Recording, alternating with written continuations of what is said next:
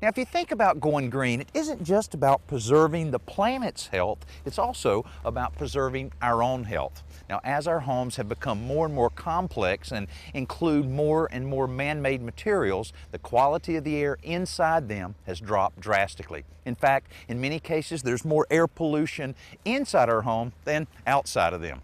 Now, that problem is compounded by the fact that homes today are constructed more tightly for energy efficiency's sake. So when we seal in that air to save that energy, we're also sealing in all those pollutants. Now, you may have heard of the term outgassing. Well, that's when the compounds that make up a material hold it together or coat it, release potentially dangerous fumes into the air. With all of the different building materials that go into building a modern home, it's really no surprise that this is a big concern. But now, there's a number of manufacturers who are changing their process to address the problem. We're here today introducing our EQ countertops, and it's a great step forward because it's all about indoor air quality and making sure that whether it's the inhabitant of a home or a building has a safe place to be. So what we've actually done is teamed up with some of the leading laminate manufacturers, i.e. Wilson Art and Formica, to put together a green countertop. Tell me what makes it green. Well, actually, several things. First and foremost is the particle board core. It's a special core, no formaldehyde added, which is very important when it comes to off-gassing of formaldehyde inside a building.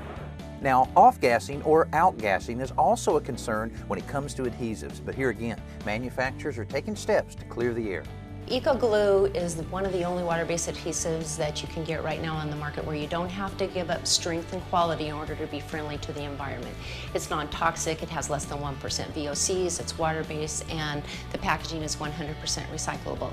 It adheres to a multitude of substrates, it won't dissolve in water because it's completely water resistant, and so you can use it indoors and outdoors. And it being water-based, you'd think that it might not be water resistant, but what makes that happen is that once it cures, it cross-links and then forms a matrix. Water cannot penetrate that matrix and therefore it won't dissolve the adhesive.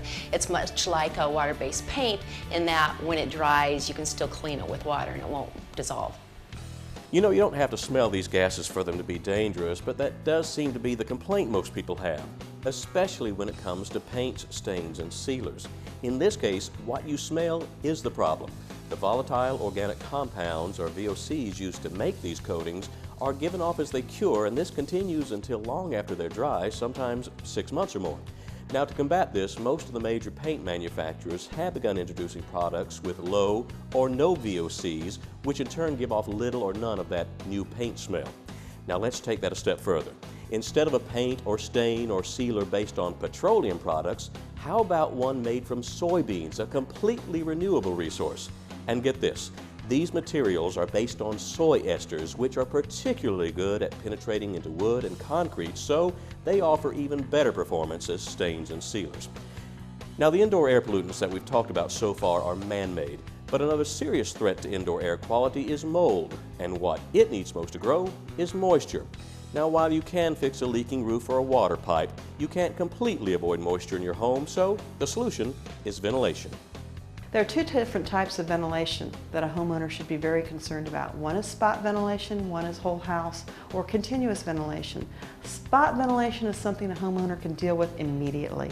That's when you put ventilation within a bathroom or within a kitchen. That is where the most humidity within a home is generated. So from your showers and your tubs, you want to remove that humidity as soon as it's generated so you're not seeing it on your mirrors. And what's more important, you're also not seeing it on your wallpaper or on that fresh paint, and it doesn't create any damage to those great investments that you've made in your bathroom or in your kitchen.